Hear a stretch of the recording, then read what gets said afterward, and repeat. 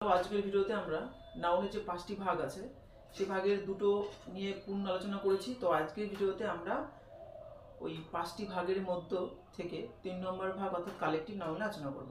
চলো collective noun কি বা কাকে বলে দেখে নিই। দেখো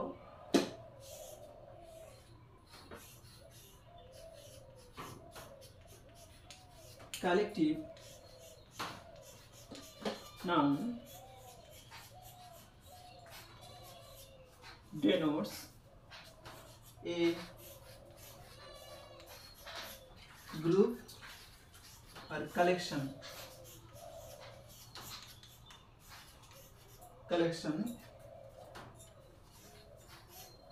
of similar individuals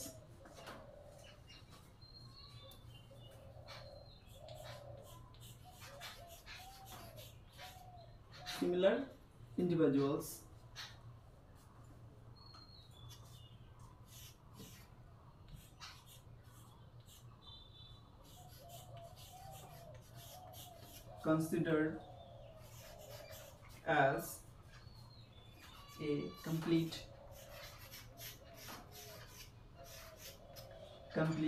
whole। অর্থাৎ কালেকটিভ নাউন হচ্ছে এমন একটা সমষ্টিগত বা দলগত নাম, যেই দলগত বা সমষ্টিগত নামটাকে আমরা একটি নামে ডাকি। এক্সাম্পল দেখো ব্যাপারটা কি, দলগত নাম আবার একটি নামে ডাকি। চলো ব্যাপারটা বুঝে নিই। সাপোজ মনে করো একটা ক্লাসরুম, ওকে। তো মনে করো এই একজন স্টুডেন্ট, এই একজন, এই একজন, এই একজন, এই একজন, এই একজন, এই একজন, এই একজন, প্রত্যেকে কি সমগোত্রীয় ইন্ডিভিজুয়াল স্টুডেন্ট, তাই তো? এইবার এই প্রত্যেকটা ইন্ডিভিজুয়াল স্টুডেন্ট নিয়ে তৈরি হয়েছে কি বলতো, ক্লাস। দেখো এটা কিন্তু একটা গ্রুপ বা কালেকশন, কিন্তু কি বললাম, সিমিলার ইন্ডিভিজুয়ালস মানে কি, একই প্রকৃতির আলাদা আলাদা স্টুডেন্ট নিয়ে কিন্তু একটা ক্লাস তৈরি হয়েছে। এর প্রত্যেকে কি ইন্ডিভিজুয়ালস, অর্থাৎ আলাদা আলাদা একই গোত্রের নিয়ে কি তৈরি হলো, ক্লাস। তাহলে এটা এই ক্লাস শব্দটা এটা কিন্তু একটা কালেকটিভ নাউন্স, বুঝা গেছে? অর্থাৎ সমজাতীয় নাম বা কোনো জিনিসটাকে যখন একটি নাম দিয়ে ডাকা হয়। দেখো সমজাতীয় প্রত্যেকটা স্টুডেন্ট, এই প্রত্যেকটা স্টুডেন্টকে এক নামে কি বলেছি আমরা, বলতো ক্লাস নামে চিনেছি, বোঝা গেল একটা নামে। দেখো দ্বিতীয় এক্সাম্পল দেখো, সাপোজ তুমি যদি মনে করো আমি টিম বলবো, টিম মানে জানো প্লেয়ারদের, ক্রিকেট টিম, ফুটবল টিম আছে না, টিম মানে দল। দেখো একটা টিমে সাপোজ যদি 11 প্লেয়ার্স থাকে, নিশ্চয়ই এখানে প্রত্যেকটা আলাদা আলাদা আলাদা আলাদা প্লেয়ার থাকবে, তাই না? সে প্রত্যেকটা আলাদা প্লেয়ারকে কিন্তু আমরা ইন্ডিভিজুয়ালি প্লেয়ারদের একটা গ্রুপ, অর্থাৎ ইন্ডিভিজুয়ালি প্রত্যেকটা প্লেয়ারের একটা গ্রুপ, তাই না? একটা গ্রুপকে একসঙ্গে আমরা কি বলি বলতো, এই টিম নামে চিনি। তাহলে টিম শব্দটা কি হলো বলতো, এটা কিন্তু কালেকটিভ নাউন হলো। তবে একটা কথা কিন্তু মাথায় রেখো, অনেকগুলো ইন্ডিভিজুয়ালস ব্যক্তিকে নিয়ে একটা যখন গ্রুপ তৈরি হচ্ছে, সেই গ্রুপটাকে যখন আমরা ক্লাস কিংবা অনেকগুলো প্লেয়ার নিয়ে যখন একটা টিম তৈরি হচ্ছে, তোমার মনে হবে যে এইটা কিন্তু অনেকজন বোঝাচ্ছে, তাই এরপরে যে ভার্বটা বসবে সেটা কিন্তু প্লুরাল হবে, কিন্তু মোটেও নয়। যদি প্রশ্ন করো কেন নয়, কারণ এখানে তো অনেকগুলো লোক বসেছিল, তাহলে তো ভার্বটা প্লুরাল হবে।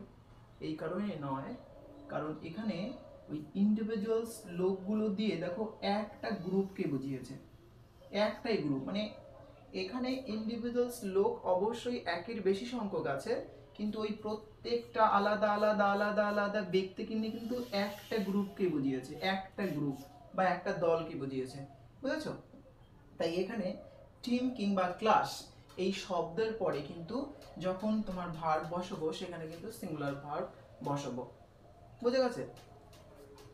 বললাম একটা সেন্টেন্স সাপোজ মনে করো লিখলাম, the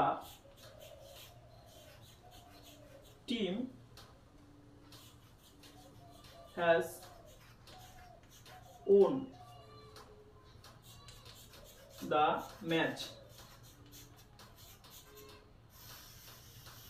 On the match মানে কি, দেখো the team has won, এই দেখো আমি সিঙ্গুলার ভার্ব বসালাম, কারণ কি টিমে একের অধিক সংখ্যক লোক অবশ্যই আছে, কিন্তু একের অধিক সংখ্যক প্লেয়ার নিয়ে কিন্তু একটাই দল গঠন করেছে, মানে একটা টিম গঠন করেছে, তাই ভার্বটা কিন্তু অবশ্যই কি বলতো সিঙ্গুলার ভার্ব হবে। ঠিক আছে, যেমন আরো এক্সাম্পল অনেক আছে, যেমন ধরো তোমাকে আমি যদি বলি, মনে করো আর্মি যদি বলি,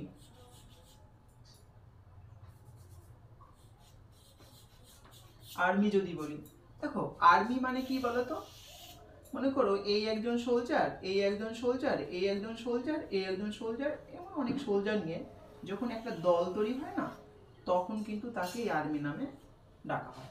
মানে কি বললাম আবারও দেখো, প্রত্যেকটা আলাদা আলাদা সমজাতীয় ব্যক্তিকে নিয়ে যখন একটি নামে ডাকা হয়, সেই নামটাকেই কিন্তু আমরা বলি কালেকটিভ নাউন। বুঝা গেছে?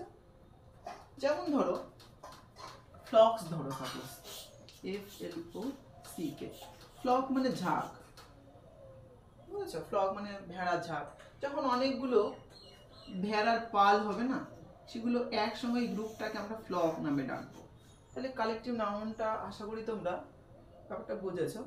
তবে এই কালেকটিভ নাউনের কিন্তু আরেকটা ইম্পর্টেন্ট পার্ট আছে, সেটা কিন্তু এই পরবর্তী ভিডিওতে দেখতে ভুল করো না।